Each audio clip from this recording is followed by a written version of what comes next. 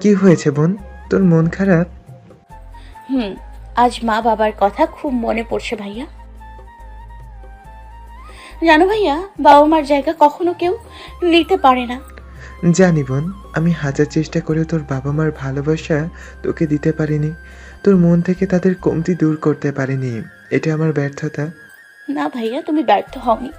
তুমি তোমার সব দায়িত্ব পালন করেছো। ভালো বাবা, ভালো মা, ভালো ভাই, সব কিছুতেই তুমি নিজের সবটা দিয়েছো। কিন্তু আমি না পেয়েছি ভালো বোন হতে, আর না অন্য কিছু। না বোন, কি বলছিস এসব? তুই তো আমার সব, আমার ভালো বোন। তোর মতন বোন কজনের আছে বলতো? আমি জানি ভাইয়া, আমি নিজের দায়িত্ব পালন করতে পারিনি। আর যদি বাবা মা থাকতো তাহলে তুমি এত কষ্টে থাকতে না। এই পাগলি, কে বলেছে এসব যে আমি কষ্টে আছি? তোর মতন এমন মিষ্টি একটা বোন আছে, সে কি কষ্টে থাকতে পারে? হয়তো আমি আছি বলেই তুমি এত কষ্টে আছো। এই, তোর কি হয়েছে রে? কেউ কিছু বলেছে তোকে? ছোট মা আবার কোনো কথা শুনিয়েছে তোকে? না ভাইয়া, কেউ কিছু বলেনি আমায়। এসব কিছু কারোর জন্য বলছি না, আমি এসব আমার ভাইয়ের জন্য বলছি। এখন যদি সত্যিই বাবা মা থাকতো তাহলে তোমার একটা সুন্দর সাজানো সংসার হতো। কি বলছিস এসব পাগলের মতন? আমার সব কিছুই তো তুই, আর আমি তোকে নিয়ে সুখে আছি। নে এবার ঘুমিয়ে পড়তো দেখি, অনেক রাত হয়েছে। এভাবে আর কতদিন ভাইয়া? তোমাকে এবার বিয়ে করে সংসারী হতেই হবে। বোন, কি শুরু করলি বলতো? ভালো লাগছে না এসব। ঘুমিয়ে পড়, আমাকে অফিসের কিছু কাজ করতে হবে।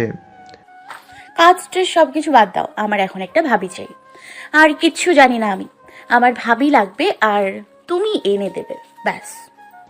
তুই এটা ছাড়া যা চাইবি এনে দিব, কিন্তু পারবো না।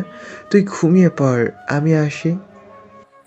ভাইয়া শোনো না, আমার এই একটা আবদার রাখো প্লিজ। আর কিচ্ছু চাইবো না তোমার কাছে, সত্যি। তুই চাইলেই তো আমার জীবনটাও দিয়ে দিতে পারি, কিন্তু এটা সম্ভব না। আমি কখনো বিয়ে করব না। কেন সম্ভব না ভাইয়া? ভাইয়া তুমি আর এভাবে থেকো না। রিয়া আপুকে আগামী পরশু ছেলের বাড়ি লোক দেখতে আসছে। প্লিজ ভাইয়া, কিছু একটা করো। আপু তোমাকে সত্যিই খুব ভালোবাসে। আকাশ মিষ্টুর কথা শুনে রোবটের মতো দাঁড়িয়ে যায়।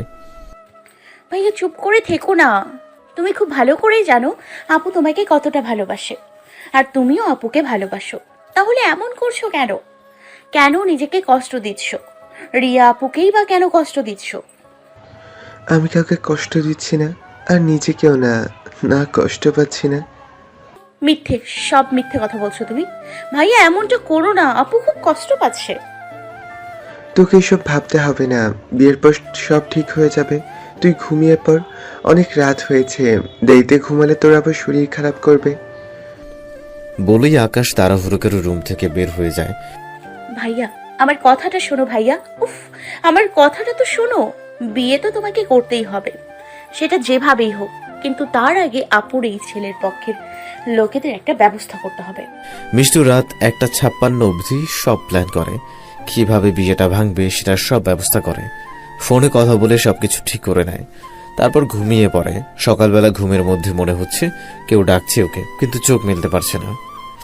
গুড মর্নিং জান। আস্তে আস্তে ডাকছে আর চুলে বিলি কেটে দিচ্ছে। Good night. কাব্য মিষ্টুর কথা শুনে মুচকি হেসে মাথায় ঠোঁট ছুঁয়ে দেয়।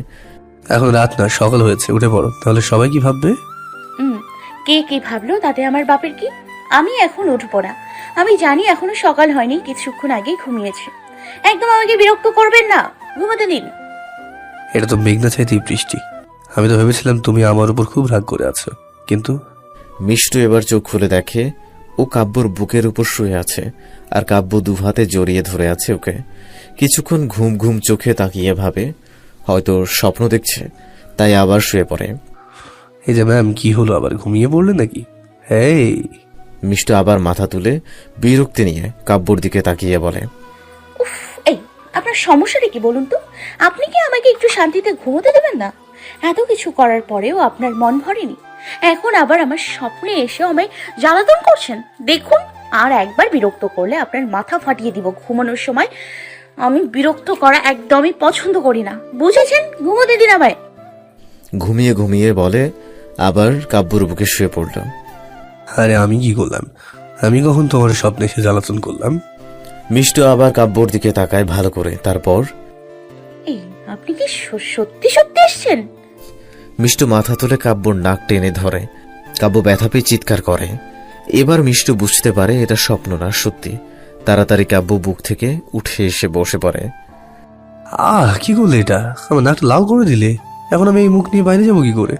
ছি ছি ছি ছি, একটা অসহায় ছেলেকে এগাবে। ছি ছি। এই আপনি এসব বাজে বকা বন্ধ করবেন। মিষ্টুর ধমক খেয়ে কাব্য মুখে আঙুল দিয়ে চুপ হয়ে যায়। আপনি এখানে কেন এসেছেন? আরে আমার বউ যেখানে থাকবে আমিও তো সেখানে থাকবো, এটা তো স্বাভাবিক, তাই না বউ? কিসের বউ? হ্যাঁ, কার বউ? কে বউ? আমার বউ, তুমি বউ। আর আমার এই মুহূর্তে বউ কিসের হয় মনে পড়ছে না। আই থিঙ্ক বউ স্বামীর হয়, but I am not sure. ফাজলামি করেন আমার সাথে? আরে না, বউয়ের সাথে কি ফাজলামি কেউ করে? ফাজলামো তো শালীদের সাথে করে, কিন্তু তুমি তো আমার একমাত্র বউ, তোমার সাথে কি আমি ফাজলামি করতে পারি বউ? এসব নাটক বন্ধ করে আমার বাড়ি থেকে বের হয়ে যান। পাগল নাকি? বিয়ের পর প্রথম শ্বশুরবাড়িতে এসেছি, এভাবে কি আর চাইলে চলে যাওয়া যায়? যায় না, বুঝেছ? ওই কিসের শ্বশুরবাড়ি? আপনি কি ভুলে গেছেন আমি আসার আগে আপনাকে ডিভোর্স দিয়ে এসেছি? জানি একটু ভুল বলেছে। ডিভোর্স পেপারে সাইন করে এসেছো, ডিভোর্স না। মানে? খুব সহজ জান, ডিভোর্স পেপারে তুমি সাইন করেছো, আমি না। তাই আইন বলো বা ধর্ম বলো, এখনো তুমি আমার স্ত্রী। ছাড়ুন, কি বলছেন আপনি? ঠিকই তো বলছি জান। মিষ্টু রেগে গিয়ে কাব্যকে ধাক্কা দিয়ে নিজের থেকে ছাড়িয়ে নেয়। কাব্য নিজেকে সামলে মিষ্টুর দিকে তাকায়। শোবেন না আমায়। আপনার কোনো অধিকার নেই আমাকে ছোঁয়ার। আমি জানি না আপনি ডিভোর্স পেপারে সাইন করেছেন কিনা, আর জানতে চাইও না। কিন্তু আমি আপনাকে আমার মন, আমার অস্তিত্ব, আমার মস্তিষ্ক থেকে মুছে ফেলেছি। এখন আমার কাছে এই বিয়েটার কোনো দাম নেই। আপনি ডিভোর্স পেপারে সাইন করবেন না কি করবেন সেটা আপনার ব্যাপার, এর জন্য আমার কিচ্ছু যায় আসে না। আপনি এক্ষুনি যে পথে এই বাড়িতে এসেছেন সেই পথ ধরেই চলে যান। দেখো আমি কাব্য কিছু বলতে যাবে তার আগেই দাদি দরজা ধাক্কা দিয়ে ওদের ডাকে। মিষ্টু নিজেকে শান্ত করে দরজা খুলে দেয়। কি হয়েছে দাদি? তুই শর্ত সামনে থেকে আগে আমার নাচ জামাইয়ের সাথে কথা বলতে দে। শুনলাম অনেক রাতে এসেছে। মিষ্টুকে সামনে থেকে সরিয়ে কাব্যর সামনে যায়। কাব্য দাদিকে সালাম করে। বেঁচে থাকো ভাই, বেঁচে থাকো, অনেক বড় হও। আল্লাহ তোমার মনের সব আশা যেন পূরণ করেন। আমিন। ধন্যবাদ দাদি, শুধু এই দেওয়াটি করবেন। আমি যে যুদ্ধে নেমেছি তাতে যেন জয়ী হতে পারি। যুদ্ধ মানে? ও কিছু না দাদি। কত রাতে এসেছো, আমাদের ডাকুনি কেন? আসলে তখন অনেক রাত হয়েছিল তো, তাই আর আপনাদের ডিস্টার্ব করতে চাইনি। ছি ছি ছি, বলছো এসব কি? বিরক্ত হব কেন? ছি ছি, তাই বলে বাড়ির নতুন জামাই প্রথম শ্বশুরবাড়িতে এসে না খেয়েছিল? এটা তো লজ্জা আমাদের জন্য। দাদি তো চাপ নিচ্ছেন কেন? আমি রাস্তায় খেয়ে নিয়েছিলাম। সে তুমি যাই বলো না কেন, এই কাজটা তুমি মোটেও ঠিক করনি। দাদি আমি এত কিছু ভেবে কিছু করিনি, তবু আপনাদের দেওয়া কষ্টের জন্য সরি। তা ঠিক আছে, কিন্তু আসার আগে তো একটু বলে আসবে। নতুন জামাই বলে কথা।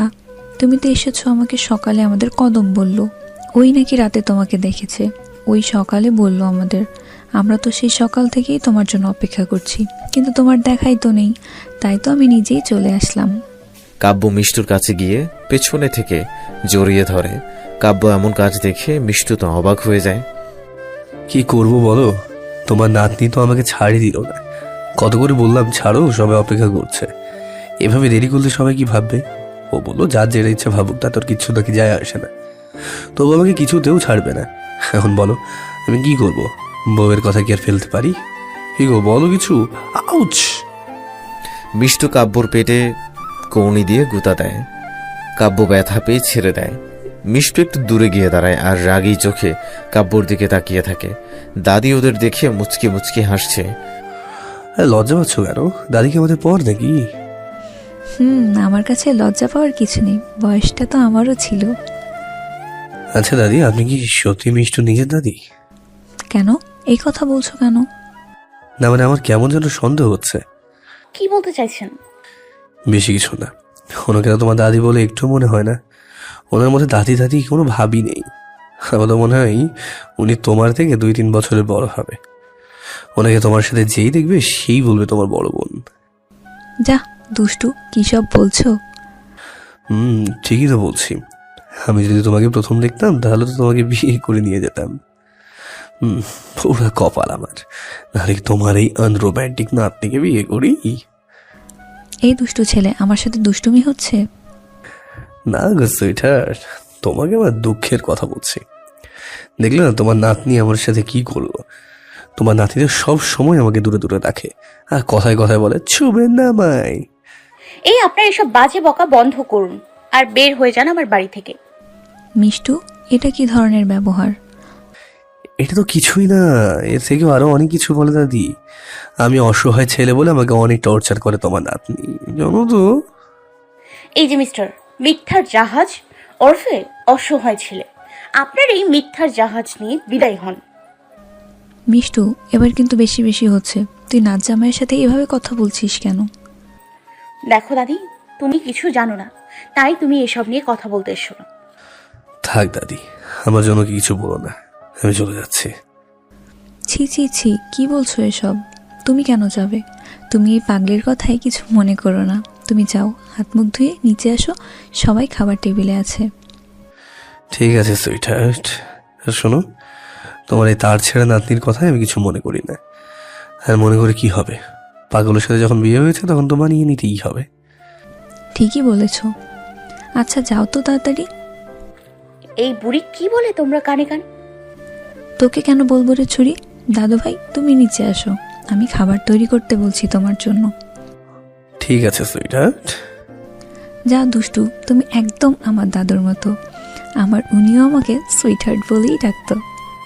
আহা, কি লজ্জা! বুড়ো বয়সে তোমার প্রেম জেগেছে মনে হয়। হাহ, যেভাবে লজ্জা পাচ্ছ মনে হচ্ছে বুড়ো বয়সে নতুন করে আবার যুবতী হয়ে গেছো।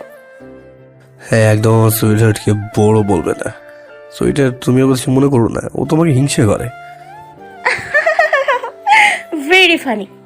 তুমি মন খারাপ করো না, ওসব কথা বাদ দাও। আমি আজ থেকে তোমায় সুইটহার্ট বলেই ডাকবো।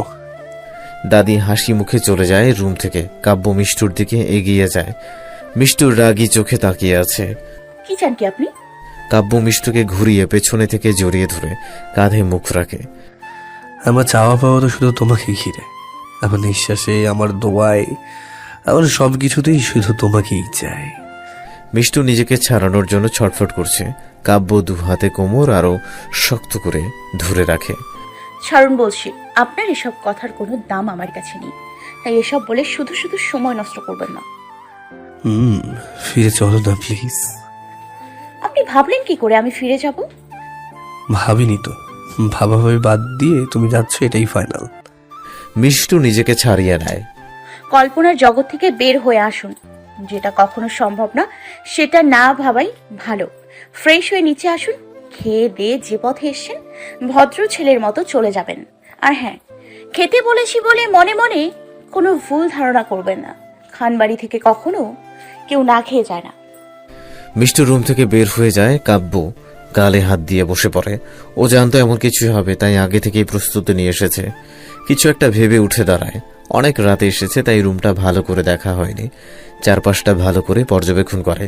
রুমটা অনেক বড়, দেয়ালগুলো খুব সুন্দর করে সাজানো, টাইলস লাগানো, তাতে অনেক রকমের ছবি আঁকা, ফুল, পাখি, নদীর পার, শীতের সকালের নীল আকাশ, আরো অনেক কিছু।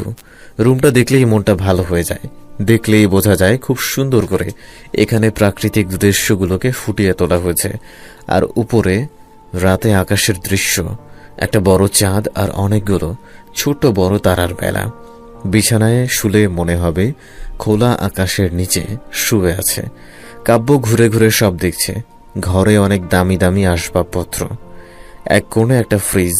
কাব্য গিয়ে ফ্রিজটা খোলে, অবাক হয়ে যায় দেখে, কারণ ফ্রিজে শুধু চকলেট দিয়ে ভর্তি। এই মেয়ে এত চকলেট খায় কই? কখনো তো কাব্যর চোখে পড়ে না। এত এত চকলেট মানুষ কি করে খায়? ওয়াশরুমে চলে যায়। গিয়ে দেখে ওয়াশরুমটা কাব্যের ওয়াশরুমের থেকে অনেক বড় আর সুন্দর, সবকিছু সাজানো গোছানো। মিষ্টুর প্রায় অর্ধেক ড্রেস ওয়াশরুমে আছে। কাব্য একবার শাওয়ার নিয়ে বের হয়, তারপর খাবার টেবিলে যায়। গিয়ে চাচা চাচিকে সালাম করে। দাদি সবার সাথে পরিচয় করিয়ে দেয়। বিয়ের সময় তো কাব্য কারোর দিকে ভালো করে তাকিয়েও দেখেনি, তাই কাউকে চেনে না। পরিচয় পর্ব শেষ করে টেবিলে বসে চারদিকে মিষ্টুকে খোঁজে, কিন্তু কোথাও মিষ্টুকে দেখতে পায় না। আকাশ কাব্যকে দেখে মুচকি হাসে। কেমন আছো কাব্য? ভালো ভাইয়া, আপনি কেমন আছেন? ভালো। আর তুমি আমাকে তুমি করেই বলতে পারো, চাইলে নাম ধরে বলতে পারো। না না ভাইয়াই ঠিক আছে। ভাইয়া না বললে আপনার বোন রক্ষে থাকবে না, কিন্তু হ্যাঁ তুমি করে বলতে পারি। কাব্যর কথা শুনে সবাই হাসাহাসি করে। ঠিক আছে, তোমার যা ভালো লাগে। বাহ কাব্য, তুমি তো খুব সাহসী। এই তুই চুপ থাক। মিষ্টু যা মেয়ে, ওকে দেখে তো গ্রামের গুন্ডা মাওয়ালিরাও ভয় পায়, সেখানে তো বেচারা জামাই। আমি বুঝি বাবা তোমার কষ্টটা। আরে ছোট্ট মা, আপনি ভুল ভাবছেন। আমি ওই ভয়ের কথা বলিনি। পুরুষ মানুষ যতই বলবান হোক না কেন, সবাই নিজের স্ত্রীকে একটু ভয় পায়, আর এটা ভালোবাসা হারানোর ভয়।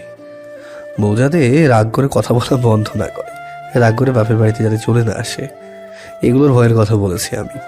আর দুঃখ কেন পাবো? আমি তো মিষ্টুকে স্ত্রী হিসেবে পেয়ে নিজে ধন্য মনে করি। আর আমার মনে হয় ছোট আব্বু আপনাকে পেয়ে ধন্য। ছোট আব্বুকে দেখে তো মনে হয় উনিও আপনাকে খুব ভয় পান, তাই না ছোট আব্বু? ছোট আব্বু কথাগুলো ঠিক হজম করতে পারলেন না। চা খাচ্ছিলেন, কাব্যর কথা শুনে কাশি উঠে যায়। দেখেছেন ছোট্ট মা, ছোট্ট আব্বু লজ্জা পাচ্ছে। আর আমাকে লজ্জা পাওয়ার কিছুই নেই, আমি আপনাদের ছেলের মতোই। তুমি তো দেখছি খুব দুষ্টু ছেলে। নাও, অনেক কথা হয়েছে, এবার খেয়ে নাও তো। ছোট্ট মা খাবার কাব্যর প্লেটে খাবার তুলে দেয়। তরকারি দিতে মিষ্টি এসে হাত ধরে ফেলে। ছোট মা মিষ্টুর দিকে ভ্রু কুচকে তাকায়। ছোট আম্মু ওনাকে এসব দিও না, এগুলো অনেক ঝাল, আর উনি ঝাল খেতে পারে না। ছোট মা মুখটা কালো করে মিষ্টুর থেকে হাত সরিয়ে নেন। মিষ্টু ছোট মায়ের দিকে অসহায়ভাবে তাকিয়ে চোখ ফিরিয়ে নেন। মিষ্টু কাব্যর জন্য এতক্ষণ রান্না করছিল, সে খাবারগুলো কাব্যর সামনে রাখে। সে কি কাব্য, তুমি ঝাল খেতে পারো না? না মানে, তাহলে তো তোমাদের এদিক দিয়ে একদমই মিল নেই। মিষ্টু তো ঝাল খাবার ছাড়া খেতেই পারে না, তা বইয়ের থেকে একটু তো ঝাল খাওয়াটা শিখতে পারো নাকি?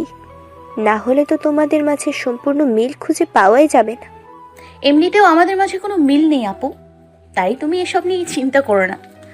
আপনি নিন, খাওয়া শুরু করুন, তাড়াতাড়ি খেয়ে বেরিয়ে পড়ুন, না হলে বাড়ি ফিরতে লেট হয়ে যাবে আপনার। মিষ্টু, তুই কিন্তু এবার সত্যি সত্যি খুব বাড়াবাড়ি করছিস। কি হয়েছে রে বোন? কি আর হবে, বোনকে তো আদর দিয়ে মাথায় তুলেছিস। দেখ নতুন জামাইয়ের সাথে কিভাবে কথা বলছে। নতুন জামাই আসতে না আসতেই বাড়ি থেকে চলে যেতে বলেছে তোর বোন। কেন? ও, বুঝতে পেরেছি। আরে দাদি, তুমি এসব নিয়ে ভেবো না, তেমন কিছু না। মিষ্টু তো আমাকে বলেছিল কাব্য আমেরিকা গিয়েছিল, তা ওখান থেকে মিষ্টুর জন্য কিছু আনতে ভুলে গিয়েছো, তাই না কাব্য? আর সেই জন্য মিষ্টু তোমার উপর রেগে আছে। Am I right? আপু, আমাকে কি তোমার ভিখারি মনে হয় যে অন্যের কাছে কিছু হাত পেতে চাইবো আর সেটা না দিলে রাগ করে থাকবো?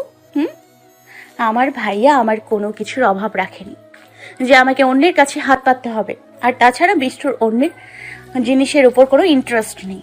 একটা জিনিসের উপর তখনই কোনো ইন্টারেস্ট থাকে যেটা আমার বা আমার হতে পারবে। এর বাইরে যতই প্রিয় জিনিস হোক না কেন, মিষ্টু ওসবের দিকে ফিরেও তাকায় না। সেটা তোমার খুব ভালো করেই জানা আছে। আরে আমি ওভাবে বলিনি। আরে এসব কিছুই না, তোমরা রাগারাগি করো না। অ্যাকচুয়ালি আপু বিয়ের পর তো নতুন বউ জামাই একসাথে বাবার বাড়িতে আসে। ও অনেকদিন থেকে বলছিল এই বাড়িতে আসবে, কিন্তু আমার একটা না একটা কাজে লেগেই থাকতো, তাই আর আসা হয়নি।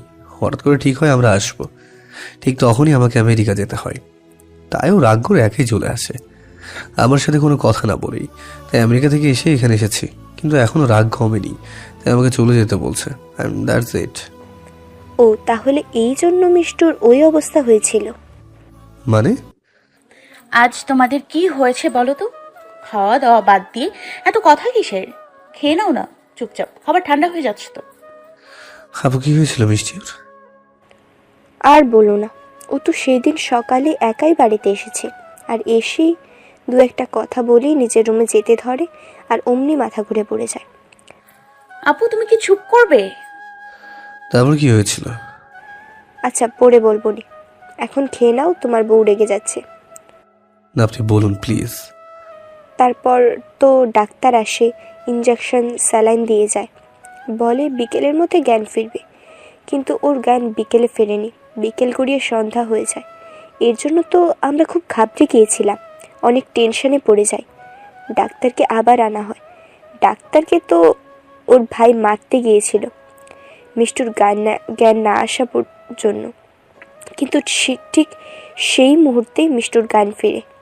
আর ভাগ্যিস মিষ্টুর জ্ঞান ফিরেছিল। আর একটু দেরি হলেই ডাক্তারবাবু ওর ভাইয়ের হাতে শহীদ হয়ে যেত। কি হয়েছিল ওর? ঠিকভাবে খাওয়া দাওয়া ঘুম না হওয়ার কারণে শরীর খুব দুর্বল ছিল, আর ও আসার আগের দিন থেকে না খেয়েছিল, তাই এমনটা হয়েছে। ডাক্তার আরও বলেছিলেন মিষ্টি খুব মানসিক চাপে থাকে বলে।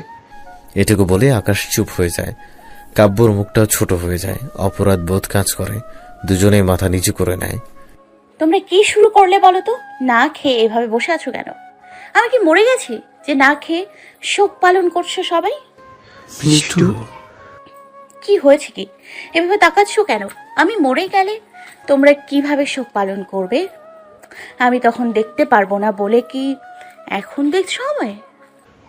বোন, কি সব বাজে বাজে বকছিস? ঠিক বলেছি। তোমরা যদি এখন না খেয়ে বসে থাকো তাহলে আবারও বলবো। আর এই যে আপনি আপনার বলা শোনা শেষ হলে তাড়াতাড়ি খেয়ে নিন তো। বোন শোন না, কাজ তো থাকতেই পারে। আর দেখ, ও তো কাজ শেষ করে এখানে সরাসরি এসেছে।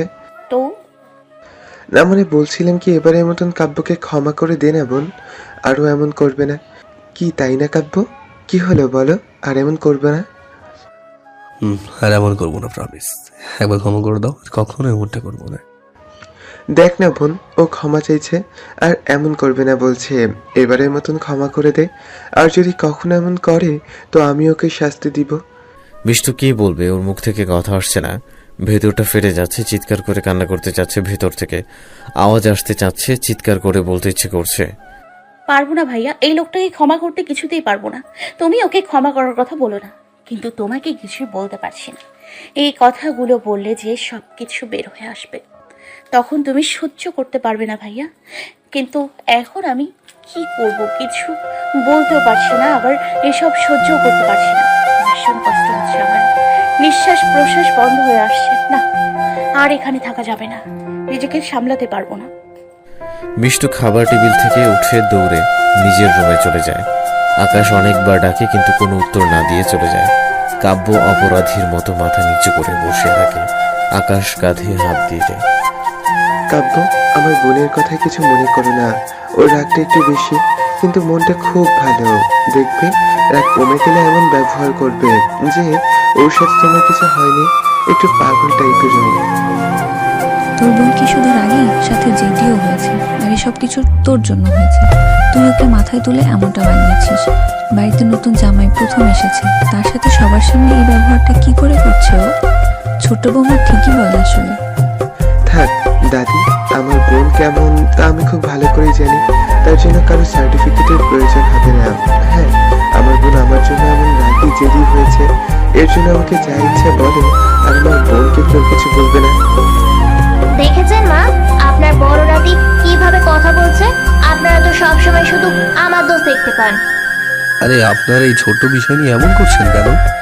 মিষ্টুর আমার উপর রাগ করা যথেষ্ট কারণ ও অধিকার দুটোই আছে, আর আমি ওর রাগ ভাঙানোর জন্য এসেছি। আর দাদি, আমি তো বলেছি আপনার তার ছেড়ে নাতনির কথা আমি কিছু মনে করি না। আপনারা তো ভাববেন না, আমি ঠিকই বানিয়ে দেবো ওকে। ধন্যবাদ ভাই, আমার বোনটাকে বোঝার জন্য। আমার বোনটাকে কেউ বুঝে না। কে বললো ভাইয়া? আপনার বোনকে আপনার মতো কেউ বুঝতে পারে না। আমি জানি আপনি আপনার বোনকে কতটা ভালোবাসেন। আমি হয়তো আপনার মতো পারবো না, কিন্তু নিজের সবটুকু দিয়ে চেষ্টা করবো ওকে ভালো রাখার। ধন্যবাদ কাব্য, আমি আজ সত্যিই খুব খুশি। আমি আমার বোনকে তোমার মতন একটা ছেলের হাতে দিতে পেরেছি। তুমি আমার বোনকে কখনো কষ্ট দিও না প্লিজ। আমি সব সহ্য করতে পারবো, কিন্তু আমার বোনের চোখের জল না। আপনি চিন্তা করবেন না ভাইয়া, আমি একবারও রাগটা ভেঙে দিই, তারপর ওকে আর কখনো কোনো কষ্ট পেতে দেবো না। কথা দিলাম ভাইয়া। আমাকে বাঁচালে ভাই। তোমাকে যে কি বলে ধন্যবাদ দিব আমি কোনো ভাষা খুঁজে পাচ্ছি না। তোমার কথাগুলো শুনে খুব ভালো লাগলো। দোয়া করি তোমরা খুব ভালো থাকো ভাই। আচ্ছা, তোরা কি শুধু কথাই বলবি, নাকি জামাইকে কিছু খেতে দিবি? কাল রাতে এসেছে, এখনো কিছু মুখে দেয়নি, সেটা খেয়াল আছে কি তোদের? হ্যাঁ হ্যাঁ, দাদি ঠিকই বলেছে। কাব্য আর কোনো কথা না, খেয়ে নাও এখন। হ্যাঁ হ্যাঁ, তোমার বউ তোমার জন্য রুম থেকে এসেই রান্নাঘরে চলে গেছে তোমার জন্য রান্না করতে। খেয়ে নাও। আচ্ছা, একটা বিষয় খেয়াল করেছো তোমরা? মিষ্টু যতই রাগ দেখাক না কেন, কাব্যের খেয়াল রাখতে কিন্তু ভোলেনি। এটা থেকে প্রমাণ হয় যে মিষ্টু কাব্যকে কতটা ভালোবাসে। তাই কাব্য, চিন্তা করো না, তোমাকে বেশি পরিশ্রম করতে হবে না মিষ্টু রাগ ভাঙাতে। সত্যি আমি তোমাকে দেখে অবাক না হয়ে পারি না। এত কিছুর পরও তুমি কি করে পারো এইসব? এত অপমান, এত কষ্ট পাওয়ার পরও তোমার আমার প্রতি ভালোবাসা এক বিন্দুও কমেনি। সত্যি তোমার মতো কেউ পারবে না কাউকে এত ভালোবাসতে। সম্মান করি তোমার ভালোবাসাকে, ভালোবাসি তোমার এই নিঃস্বার্থ ভালোবাসাকে। কি হলো কাব্য, খেয়ে নাও। কি এত ভাবছো? তোমার বউ রান্না করেছে, নিশ্চিন্তে খেতে পারো। মিষ্টু রান্নাটাও খুব ভালোই পারে। জানি, কিন্তু আমি আজ ছোট্ট আম্মুর হাতে রান্না করার খাবার খেতে চাই। রিয়ার কথা শুনে ছোট মা মুখ কালো করাটা দেখতে পায় কাব্য, তাই ওনার মন রাখার জন্য বলে, না বাবা, থাক, পরে আবার কোনো সমস্যা হলে সবাই আমাকেই কথা শোনাবে। আরে কেউ কিছু বলবে না, আপনি আপনার হাতে রান্না করা খাবার দেবেন কিনা সেটা বলুন, নাহলে আজ আমি আর কিছুই খাবো না। সে কি বাবা, কি বলছো এসব? দেবো না কেন? কিন্তু সত্যি, কিন্তু এগুলো ঝাল খাবার, তুমি কি খেতে পারবে? আপনারা পারলে আমি কেন পারবো না? দিন আমাকে। ছোট মা হাসি মুখে খাবার তুলে দেয়। কাব্য খাবার নিয়ে উপরের দিকে তাকায় মিষ্টুকে দেখার জন্য। আকাশ সেটা বুঝতে পারে। তুমি খেয়ে দেখবে মিষ্টি এখনই চলে আসবে, আর তুমি খাওয়া শুরু করো। আকাশের কথা শুনে আর কিছু বলে না। ছোট মা অনেক আগ্রহ নিয়ে কাব্যর দিকে তাকিয়ে আছে, তার করা রান্না যে মিষ্টুর থেকে ভালো সেটা শোনার জন্য। কাব্য ছোট মার দিকে তাকিয়ে একটা হাসি দেয়। কাব্য খাবার মুখে দেয়, আর দিদি অবস্থা খারাপ, চোখে জল টলমল করছে, কপালে ঘাম হচ্ছে, মুখ লাল লাল হচ্ছে, তবু খেয়েই যাচ্ছে। আর ছোট মার প্রশংসা করছে। ছোট মা খুব খুশি হয় এতে, আরো বেশি করে খাবার তুলে দিচ্ছে। বেচারার অবস্থা খুব খারাপ। কাব্যর অবস্থা দেখে সবাই খেতে না করছে, তবু খাচ্ছে। মিষ্টু নিজের রুমে এসে কান্নাই করছে, এখন কি করবে বুঝতে পারছে না। কাব্যকে বাড়ি থেকে এত সহজে বের করে দিতে পারবে না, কিন্তু কাব্যকে সহ্য করাও তো সম্ভব না। আল্লাহ, কি করব আমি এখন? কাউকে তো কিছু বলতেও পারবো না। কিন্তু আমার এই লোকটাকে সহ্য করার ক্ষমতা নেই। এই লোকটাকে দেখলেই আমার কষ্ট হচ্ছে, খুব করে কষ্ট হচ্ছে। মনে হচ্ছে কেউ আমার গলা শক্ত করে চেপে ধরে আছে, নিঃশ্বাস নিতে পারছি না। যেগুলো ভুলে থাকতে চাই সেগুলো এই লোকটাকে দেখলেই আমার মনে পড়ে যাচ্ছে। মাথার চুল দু হাতে ধরে টানছে, যেন সব ছিঁড়ে ফেলতে চাইছে। পাগল হয়ে যাব আমি আর এগুলো নিতে পারছি না। যার জন্য রাতের অন্ধকারে শহর ছেড়ে চলে এসেছি, সেগুলো কেন আমার পিছু ছাড়ছে না? কেন? কি চাই কি এ লোকটা? আমাকে পাগল বানিয়ে মেরে ফেলতে চাইছে। কি চাই? এই লোক আমার কাছে কেন এসেছে? যা চেয়েছিল তা তো দিয়ে এসেছি, তাহলে কেন এমন করছে? আর কি চাই আমার কাছে? ওনার আমাকে তিলে তিলে শেষ করে দিতে চাইছে। বিছানা থেকে উঠে দাঁড়ায়, চোখ মুছে নিজেকে শক্ত করার চেষ্টা করে, নিঃশ্বাস নিয়ে বলে, না মিষ্টু, এভাবে ভেঙে পড়িস না। তোকে শক্ত হতে হবে, তোকে সব কিছু সহ্য করতে হবে, শুধু তোর ভাইয়াকে ভালো রাখার জন্য। তোর ভাই তো সারা জীবন শুধু দিয়েই এসছে, তার তুলনায় তুই সামান্য কষ্ট সহ্য করতে পারবি না? আজ অপরিচিত একটা মানুষের জন্য তুই তোর ভাইয়াকে কষ্ট দিবি মিষ্টু? না, কিছুতেই না। পারবো, আমি সব সহ্য করতে পারবো। আর ভাইয়ার জন্য হাসতে হাসতে জীবন দিয়ে দিতে পারবো। সেখানে না হয় একটু মৃত্যু যন্ত্রণা সহ্য করব। ওই লোকটার আমার জীবনে কোনো গুরুত্ব নেই। উনি কোথায় থাকলেও না থাকলেও আমার তাতে কিচ্ছু যায় আসে না। আমি আর এসব ভাববো না। আমার লক্ষ্য আমাকে পূরণ করতে হবে, তার জন্য আমাকে যা সহ্য করতে হয় করব। মিষ্টু রুম থেকে বের হয়ে নিচে চলে আসে। খাবার টেবিলে এসে দেখে সবাই কাব্যকে খাওয়াতে ব্যস্ত। আকাশও এখনো কিছু না খেয়ে বসে আছে, মিষ্টুর জন্য অপেক্ষা করছিল। এসে চুপচাপ আকাশের সামনে দাঁড়ায়।